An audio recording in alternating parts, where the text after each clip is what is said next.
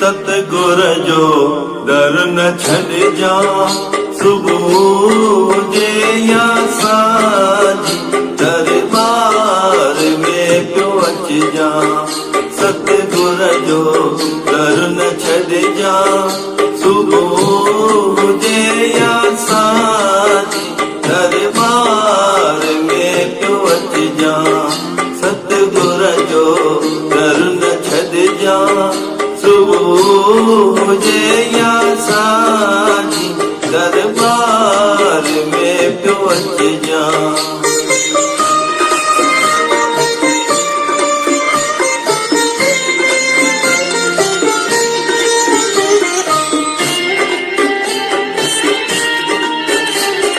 सतगुर जे दर जो नेमी बणंदो कमाद वारो,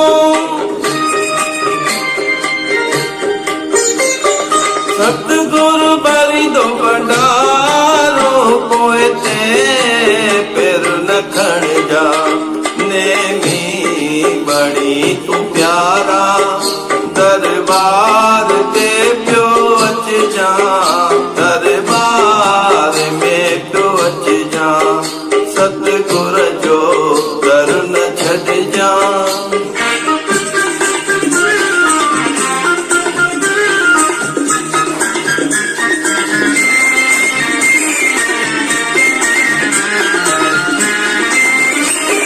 सतगुर सानी अहिड़ो जोड़े, विषयनि खाना तो तोड़े।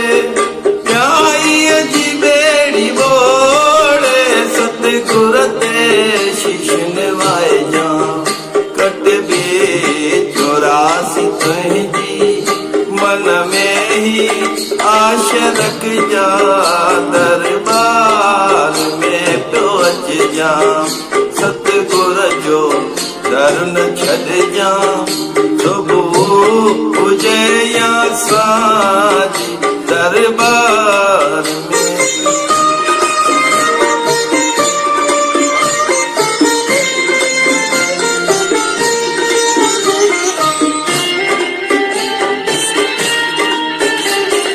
हितड़े मिले थी भगती, हितड़े मिले थी शक्ति।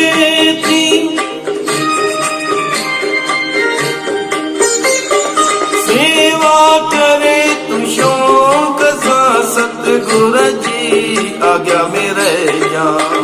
हितड़े बसे तो अमृत, सेवा करे तू वठजां। दरबार में पियो अचिजां, सतगुर जो दर न छॾिजां।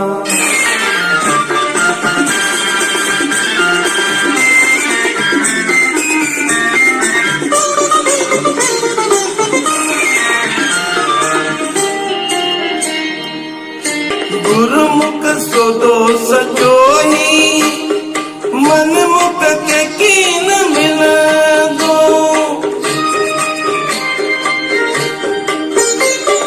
हिन दर ते जेको ईंदो, सच बाग तंहिंजो खुलंदो।